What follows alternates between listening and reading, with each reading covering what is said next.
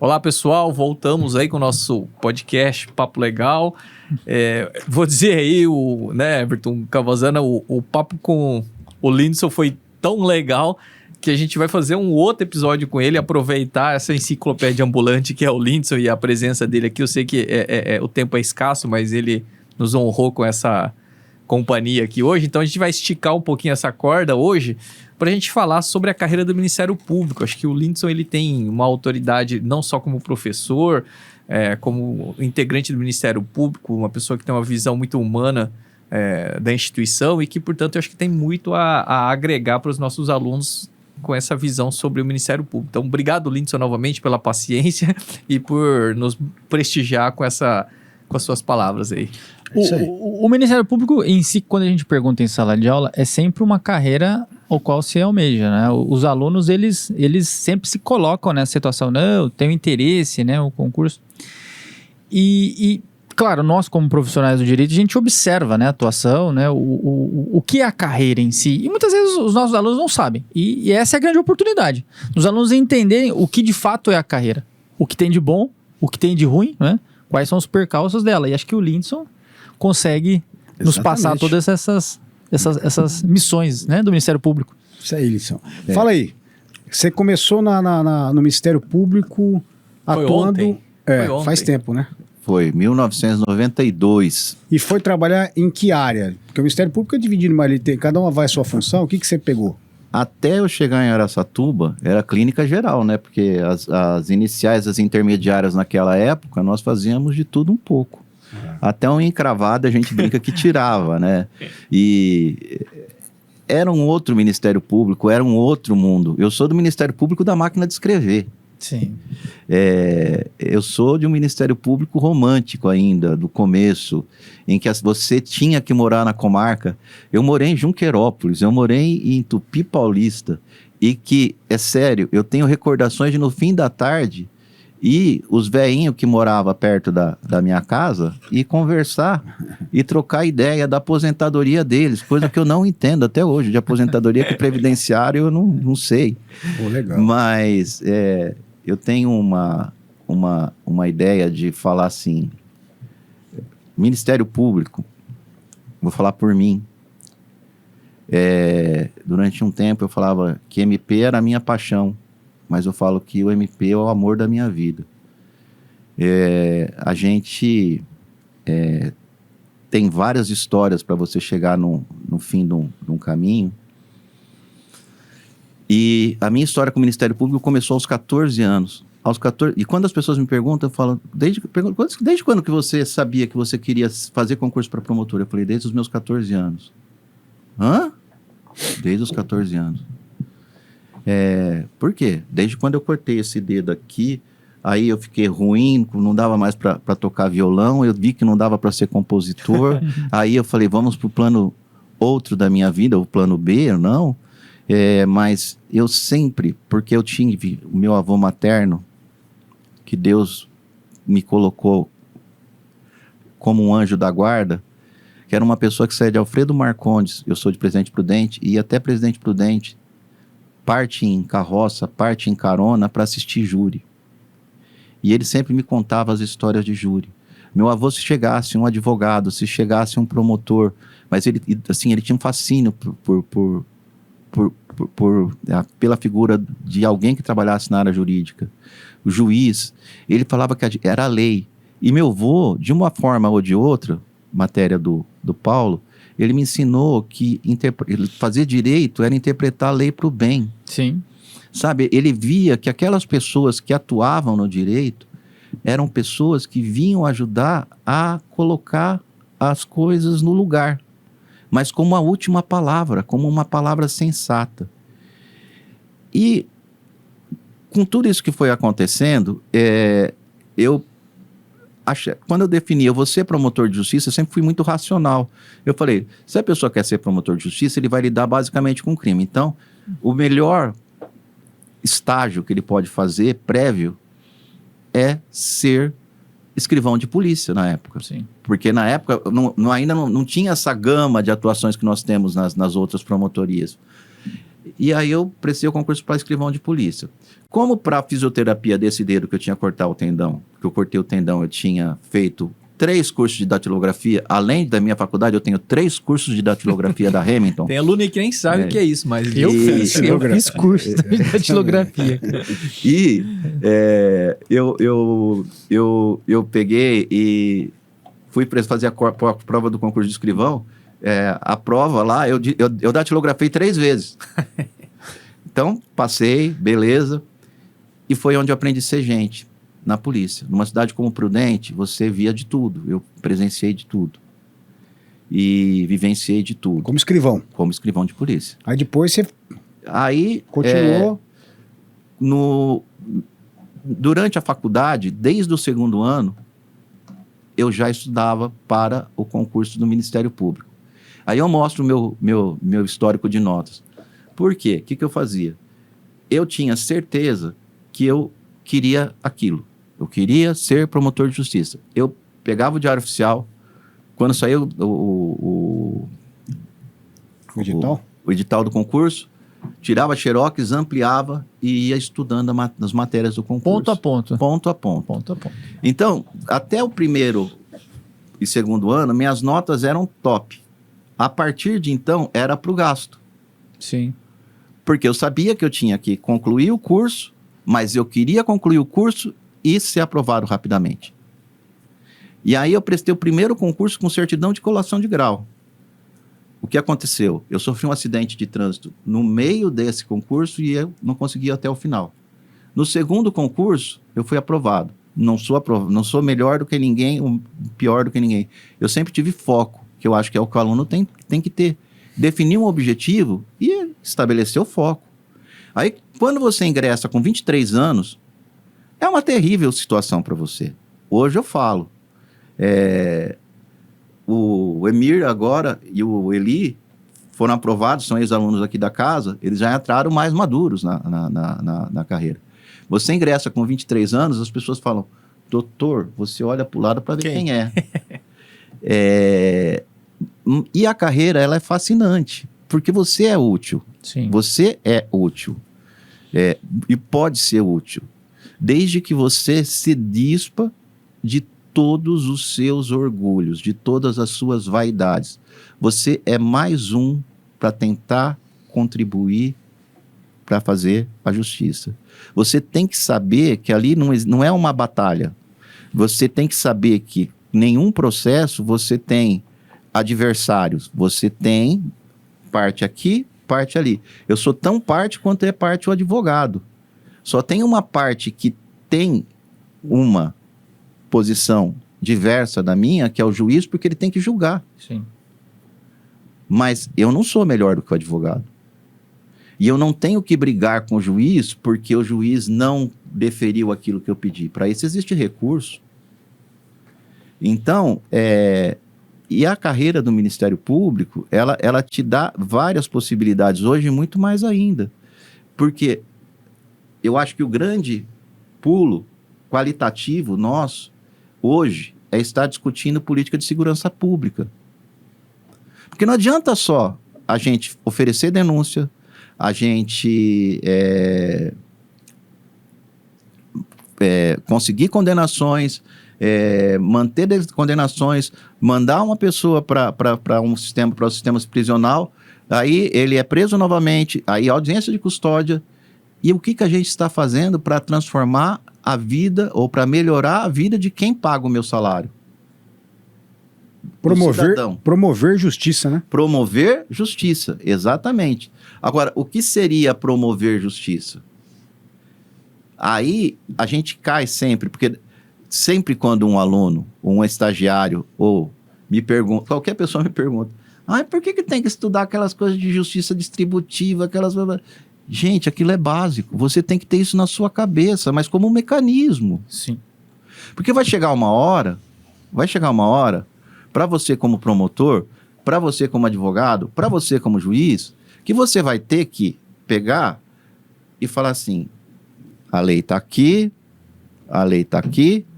agora o fato está aqui, não podemos esquecer do fato, mas vamos para os princípios. Vamos para aquilo que me trouxe aqui. Cadê o meu recheio? Cadê a minha experiência de vida? Cadê a minha bagagem de juiz? Cadê a minha bagagem? E é aí que você vai sedimentando a sua bagagem de promotor. Hoje, como promotor de justiça, você, conforme a idade vai passando, você lê mais as entrelinhas do processo. O processo não é mais tão óbvio para você. Como juiz vai ser assim, como advogado vai ser assim. Conforme o tempo vai passando, você sofre menos. Porque certas coisas você ficava falando assim, meu Deus, será que foi assim? Será que não foi assim? Ah, eu queria ter um videotape. E se tivesse... Bom, vamos lá. E se tivesse VAR em todos os crimes? E se tivesse VAR em todos os fatos da vida? Se tivesse VAR em todas as causas de família? Se você fosse ver quem realmente começou aquela discussão que desembocou naquela ação de divórcio? Não tem VAR na vida. E outra, na hora de contar as coisas em juízo, na hora de contar as coisas para o advogado, ninguém é sincero. E eu sempre falava isso. Todo mundo tem uma coisinha que vai puxar para lá. Sim. E cabe a nós, pela nossa experiência, detectar isso. E isso a gente tem que se preparar. E adquirir conhecimento. A gente não... Porque assim, se fosse só aplicar lei, fato, a gente pegaria um programinha de computador, alimentaria os fatos, ele daria divisão de patrimônio, separação, tudo certinho e tal. Mas ali, o que a gente tem que ter? A gente tem que ter a nossa percepção, a nossa perspicácia. E isso me faz... ter muita gratidão por ter chegado até aqui. E ter mais 5 anos ainda para pensar o que eu vou fazer depois que eu completar meu tempo.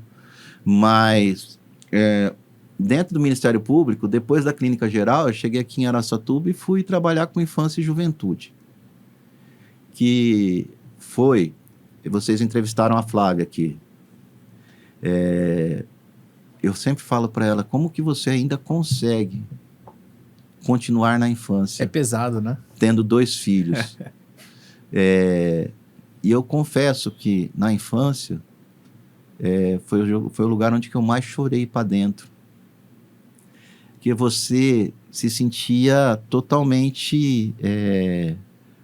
impotente. Eu acho que muitas vezes o juiz se sente, como advogado se sente. Porque você sabe que a realidade daquela família... Porque, assim, é o melhor que aquela família pode dar. É o melhor que aquela... Porque, assim, qual que é o interesse da criança? O que é proteção integral? O que é prioridade daquela criança? Porque a gente sabe o que é prioridade dos nossos filhos. O que foi prioridade dentro do nosso contexto. E... na infância, você descobre até que ponto o ser humano pode chegar também de maldade, de crueldade, de falta de piedade. E aí você fala assim, o que eu faço agora? Porque eu sei que se eu deixar voltar com essa avó, provavelmente ela vai deixar ter contato com aquele pai de novo, com aquela mãe alcoólatra de novo. Mas aquela mãe é alcoólatra, daí você vai desenvolver aquela teoria infinita. Aquela mãe é alcoólatra por causa disso. E aí a gente sempre cai que falta, e aí falta gente para cuidar de gente. Sim. E eu, enquanto atuei também aqui na parte da cidadania, na parte dos direitos constitucionais do cidadão, e na infância também eu brigava muito por isso. Se você pegar uma cidade do porte de Araçatuba e o número de profissionais dessa área que você tem para atender, nós temos um conselho tutelar só na cidade. Parece que agora que vai ser o segundo. É uma piada. Só completando. Então, assim, o número de profissionais da área de psicologia, de área de assistência social, de pedagogo, para lidar com idoso, é terrível, é muito pouco, é muito reduzido. Ô Lidson, você falou de um Ministério Público romântico, né? Ministério Público da máquina de escrever. E hoje Nós temos um outro Ministério Público. Ministério Público de 2023, vamos chamar ele assim. Para o candidato ao Ministério Público hoje, o que você tem a falar para esse... O que é o Ministério Público hoje nessa comparação aí? O Ministério Público de hoje, ele é o Ministério Público da velocidade de informação. Tá. E da velocidade, da mesma forma que é o Judiciário. A gente não tem mais... Quando eu ingressei no Ministério Público, e até a grande... Eu falo que a grande virada foi em torno do ano 2002, 2003... Se você pegar o seu avô, o pessoal mais antigo, eles vão pegar e vai falar assim, você tinha que fazer aquelas petições enormes, com muita jurisprudência, com citação de doutrina, e muito encorpadas e tal. Hoje, o direito à informação imediata. Da mesma forma que eu vejo que, pro candidato, eu falava isso muito pros meninos que estavam prestando concurso, que da última vez foi o Rodrigo e agora foi o Emir. Eu sempre falei, quanto mais sintético você for, quanto mais direto você for nas suas informações, é melhor. Nas suas respostas, é melhor.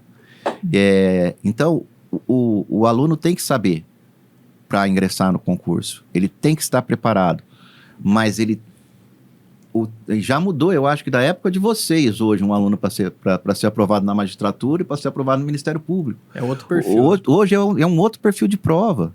É um outro perfil de prova.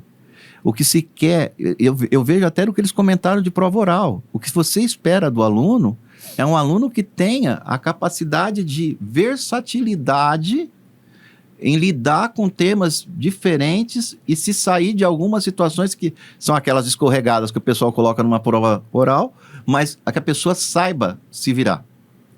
Porque a vida do juiz, a vida do promotor é o seguinte, pode ser, algumas coisas são parecidas, mas nunca vai ser igual. Até em respeito à parte.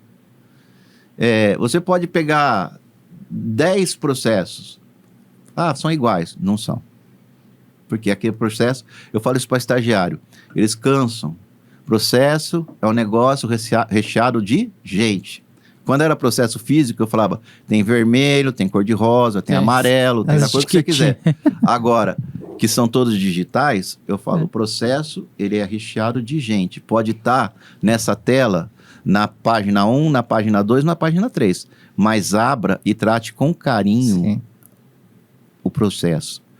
E aí, é uma das coisas que, seja no Ministério Público romântico, seja no Ministério Público digital, de excesso de velocidade, às vezes eu uso às vezes eu até uso meu prazo, porque eu pego todos os benefícios, todos os benefícios, eu faço. E você falar todos os benefícios num mar de... Eu estou em execução... num mar de em torno de 40 mil processos entre as duas, eu falo numa faixa de 30 processos por dia. Seja conferindo, seja elaborando. Mas eu olho um, por respeito, por amor. Porque o que me trouxe até aqui foi o amor. E o que me trouxe o que me levou ao magistério foi o amor ao ensino. O que me trouxe à carreira do Ministério Público foi o amor ao Ministério Público. E quando a gente ama uma profissão, a gente, quando você trabalha naquilo que você ama, você se diverte, né? Você não trabalha. Não que eu só me divirta, mas eu trabalho com muito prazer. Todo dia, quando eu levanto para trabalhar, eu levanto e falo, nossa, graças a Deus que eu estou vivo para trabalhar mais um dia. E estou falando isso sem um pingo de demagogia. Porque é muito bom você ver a satisfação de uma mãe. Hoje, quem para mim é priorizado, além do sentenciado? As mães. Quando eu me aposentar, eu quero escrever um livro só sobre as mães. As histórias dessas senhoras que não desistem do filho. Elas chegam para você e pode falar para você assim, olha, doutor, quantas vezes... Não foi, isso é um chavão que eu ouço. doutor, eu não concordo com nada do que meu filho fez, mas eu nunca vou desistir dele. E ela tá certa. Porque a única prisão que nós, e todos nós, eu, você, todos nós tivemos, foi o ventre da nossa mãe, com data de duração, 9 meses. Alguns um pouco mais, alguns um pouco menos. Mas essa é a única prisão que nós fomos condenados. Só. Agora, para uma mãe, ter que lidar com a prisão de um filho é muito cruel, é muito difícil. Então, a gente tem que ter muita tolerância. Eu oriento meus funcionários, elas ficam nervosas, elas querem coisas que não dá para acontecer, mas a gente vai tentando atender da melhor maneira possível. Mais ou menos isso. Eu acho que não sei para você, Lindson, mas eu, dizendo aí como juiz, não sei se o Everton também concorda com isso, né? Mas me parece que a magistratura e o Ministério Público de antes era mais artesanal, era um negócio mais de artista. O operador do direito era um artista, né? Era algo de cultura. Hoje, o operador do direito no judiciário, no Ministério Público, ele é quase que um manufaturado. Ele faz por atacado, linha de produção. Aí para ser linha de produção, a gente precisa simplificar as coisas para poder fazer em lote. E aí acontece o risco de você tratar situações desiguais, né, de forma igual, porque você simplificou demais, né? Querer dar vazão ao volume. Isso porque é o seguinte, a gente tenta, tanto o Judiciário quanto o Ministério Público, a Ordem também, simplificar a vida do cidadão. E eu brincava aqui, em 98, quando eu cheguei aqui, só havia 3 varas cíveis. Só havia 2 varas criminais. E eu falava, se abrir 1, se abrir 2, se abrir 3 a mais, se instalar 4, 5, 6, 10, vai ter lead. Por quê? Quanto mais você instala para atender, mais a pessoa vai lembrar que ela tem um direito, vai saber de um direito violado. Aí vieram juizados de pequenas... Quando veio o juizado de pequenas causas, eu falei que não existia causa pequena. Existia uma causa de uma pequena monta que não chegava à justiça por conta de alguns empecilhos. Hoje tem o JUSC, né? O Sejusc da Elaine, que veio aqui. Tem vários módulos de conciliação que você e a Marina, quando saíram da faculdade, foram pioneiros aqui em Araçatuba. Sim. E então a gente tem uma ideia de que por que tanta... a gente deixou de ser o artesanal para ser... essa manufatura, né? Essa manufatura. Porque o direito passou a ser mais democrático.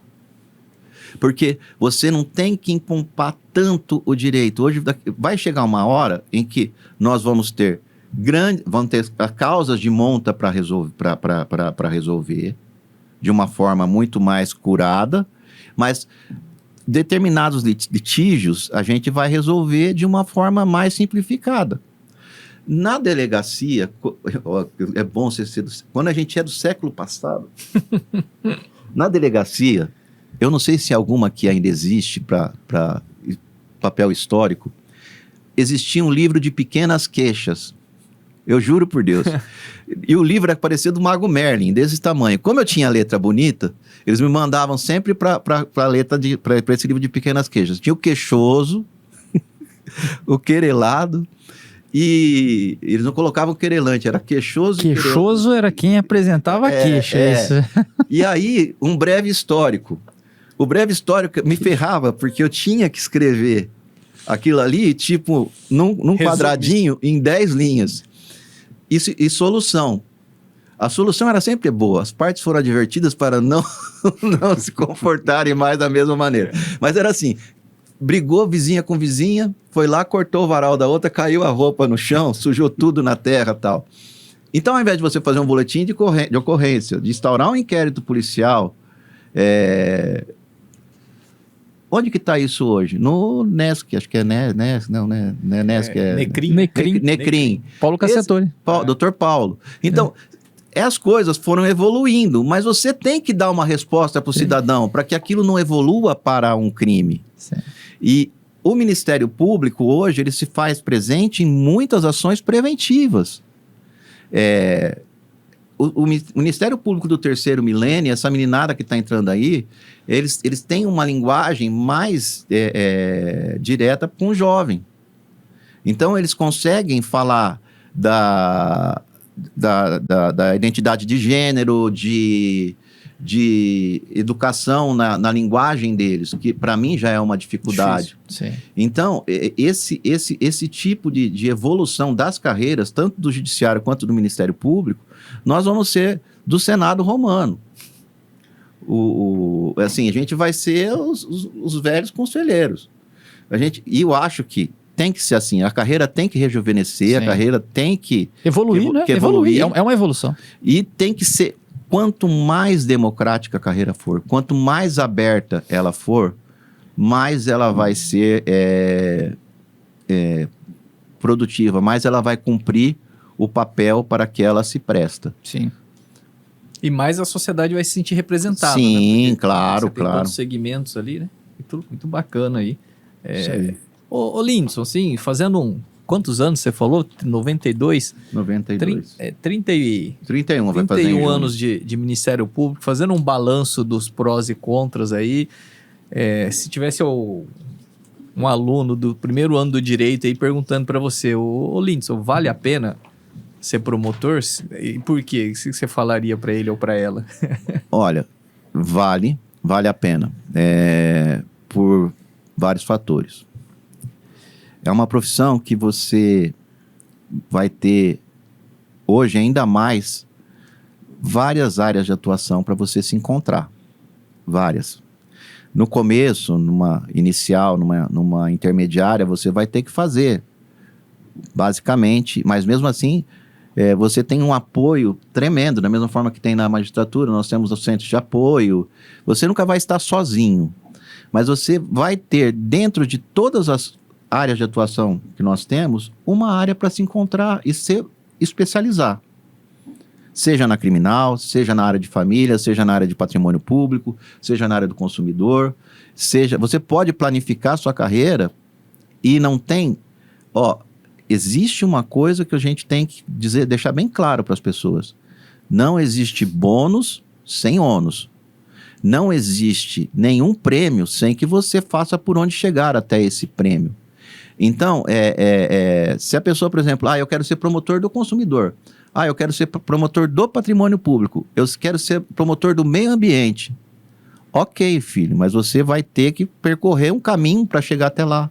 Você vai ter que passar por uma inicial, você vai ter que passar por uma intermediária e você vai esperar um cargo de meio ambiente para trabalhar numa final.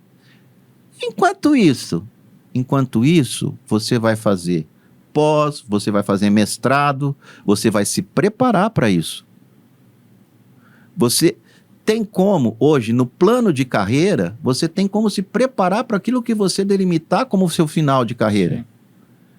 Dentro daquilo que você quer, eventualmente, de uma especializada. Agora, se você quiser qualquer coisa... Por exemplo, eu vou falar como uma crítica a mim mesmo, mas por várias situações eu não fiz. Eu poderia ter feito pós ou mestrado em execução penal, pós ou mestrado em mente criminosa, em mentalidade do mente do criminoso, mentalidade do criminoso. Não fiz. Deveria. Estou falando para os outros sem ter feito. Não fiz. Por vários fatores. Mas hoje, para quem está no começo da carreira, com família pequena, começando a vida e tal, dá para fazer, dá para organizar. Porque o conhecimento é tudo. Então, eu acredito assim, eu sou de uma corrente assim, se você prestar concurso para o Ministério Público, você tem que saber que você... Eu nunca prestei concurso para magistratura. Não porque eu não gosto de ser juiz, porque eu sabia que eu não serviria para ser juiz. Eu só sirvo para ser promotor.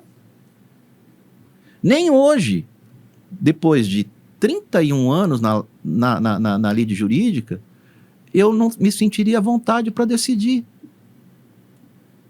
Porque eu tenho em mim essa chama de pedir, essa chama de inconformado. Não que o juiz não pode ter essa chama de inconformado, como era seu pai. Sim. Então, eu tenho, para mim, que a gente leva, dentro da carreira do Ministério Público, inúmeras possibilidades para a gente se realizar profissionalmente. Muitas. E para se satisfazer, seja no tribunal do júri, seja na justiça criminal, seja nas varas de família, seja na infância e juventude, seja no meio ambiente, em todas, são assim, se você olhar, hoje são inúmeras as áreas de atuação. E cada uma mais específica. E aí, quando o pessoal fala, mas execução, que é a área que eu estou hoje, é execução. Execução eu estudo para chuchu. Estudo muito. Porque hoje eu tento entender a entrelinha. Eu tento ser justo, eu tento ser mais eficiente possível. Eu não vou... Eu tenho uma ideia que talvez melhore muito a execução. Mas por enquanto, eu tenho que ficar calado. Mas talvez melhore muito. Sim. Talvez uma faculdade como essa, que pode ajudar muito a execução. Sim. Em uma coisinha básica do processo. Mas, deixa quieto. Acho que o tempo já está... Acho que foi um excelente episódio novamente aí muito para falar bom. sobre Orientou o Ministério muito. Público. Não sei se você tem algumas palavras finais que você Não, eu queria dizer uma coisa. Fica à vontade. Que eu fui muito... Eu só sou com meus estagiários. Eu fui muito imprudente com vocês, que eu não obriguei vocês a lerem isso aqui. Mas eu falo para todo mundo que passa pela promotoria e entrego para todos. O Emir eu entreguei um agora, o Preto, o Rodrigo eu entreguei outro. Todo mundo que passa por perto hoje, eu entrego as misérias no processo penal, do Carnelutti. E falo que para eles não esquecerem esse trecho. E eu acho que ele serve para todos nós. Quando, através da compaixão, cheguei a reconhecer nos piores dos presos um homem como eu, quando se diluiu aquela fumaça que me fazia crer ser melhor do que ele, quando sentir pesar nos meus ombros a responsabilidade do seu delito, quando há alguns anos, em uma meditação, na Sexta-feira Santa, diante da cruz, senti gritar dentro de mim, Judas é teu irmão. Então compreendi que não somente os homens não podem se dividir em bons e maus, tampouco em livres e presos, porque há fora do cárcere prisioneiros mais prisioneiros do que os que estão lá dentro, e há dentro da prisão mais libertos, assim da prisão do que os que estão fora. Encarcerados somos todos, mais ou menos, entre os muros do nosso egoísmo, talvez para se evadir, não há ajuda mais eficaz do que aquela que possam nos oferecer esses pobres que estão materialmente fechados entre os muros de uma penitenciária. É isso.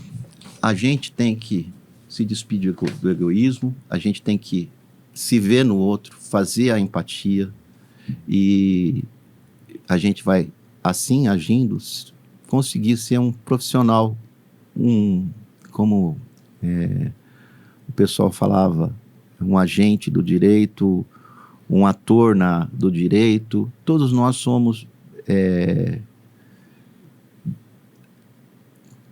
parte da mesma história. E como professores, vocês, graças a Deus, olha, mais uma vez, estou assim, muito, muito, muito, muito emocionado de estar aqui com 3 ex-alunos, que foram... O Everton não era aristocrata, como ele tem hoje esse curso de aristocrata. Filósofo. O Paulo era um aluno que ele já nasceu, assim, sério. Ele já tinha essa postura desde aluno. E o Marcelo era aquele cara que a gente já olhava e sabia os objetivos dele, era muito focado. Mas, e vou falar alguma coisa para vocês, e eu falo isso para todos os alunos. Quem via vocês em sala de aula, professor, e vocês conhecem, e aqui eu vou dedar vocês agora, todos os professores, depois de 1 mês, 2 meses de aula, a gente sabe quem é cada aluno. Sim. E de pouquinho em pouquinho a gente vai sabendo a história de alguns deles. Alguns por circunstância de trabalho, outros por... E a gente observa o aluno, porque o professor também é um observador. E a gente sabe, quando a gente corrige uma prova, a prova daquele aluno. E a gente sabe até onde o aluno vai chegar, muitas vezes pela prova daquele aluno. Pela prova madura, como ele faz a prova, pela prova... Então, quando você faz uma prova, eu falo para todo mundo, conversa com o seu professor naquilo que você está escrevendo. Não engana. História de cola. A cola, assim, é para enganar você, é para enganar os outros. Eu nunca me preocupei com cola. Quem foi meu aluno? Mas a história da vida da gente, ela vai ser contada por verdades. E a gente, com os nossos professores, a gente vai sempre lidar com verdades. E a verdade que a gente conversou lá atrás, há vários anos, está se refazendo aqui agora. E que Deus abençoe todos vocês para que vocês continuem essa caminhada, ensinando e dando caminho para muita gente aí. Obrigado pela oportunidade. Estou sempre à disposição de vocês. A gente agradece. A gente tem que agradecer, acho que 2 vezes. Exatamente. Né? Não só pela oportunidade de você estar aqui no episódio, mas sobretudo pelo professor que você sempre foi e vai continuar sendo. Né? Pelo conhecimento, né? História de vida, né? Acho que o Cavazana falou uma coisa que é interessante, né? Todos nós, de alguma maneira, acabam se espelhando em você. Uma das coisas que eu sempre me recordo era a abertura que você sempre deu aos alunos. Tava lá, às vezes tinha aqueles professores que tinham um pedestal que era mais difícil você encostar no professor, e você, mesmo sendo promotor de justiça na época, uma das coisas que me encantava era isso, além do conhecimento e da didática, era a abertura que você dava aos alunos, e isso é uma coisa que eu tento até hoje me espelhar, e os alunos, eu tento dar ao aluno essa abertura também, e é uma maneira que você dava abertura e ganhava respeito, né? A gente acha que às vezes dá muita abertura, dá muita liberdade e perde o respeito. Você conseguia fazer isso. Então, da minha parte aí, eu quero agradecer você 2, 3, 4 vezes, quanto for necessário, pela tua participação aí. E o interessante, uma característica do Lindson, para tudo que ele faz na vida tem um propósito. Não é simplesmente ser um professor, não é simplesmente ser um promotor. E o Bom Diálogo de hoje refletiu isso, né? Então, por detrás de uma carreira, por detrás de uma atuação, eu tenho um propósito. E o propósito é dele. E o propósito faz dele feliz. Eu acho que é isso que você agrega muito para todos nós. Obrigado. Essa é a lição. É isso aí. Foi mais um episódio aí do podcast Papo Legal. Fiquem com a gente nos demais episódios. Até mais. Valeu. Valeu.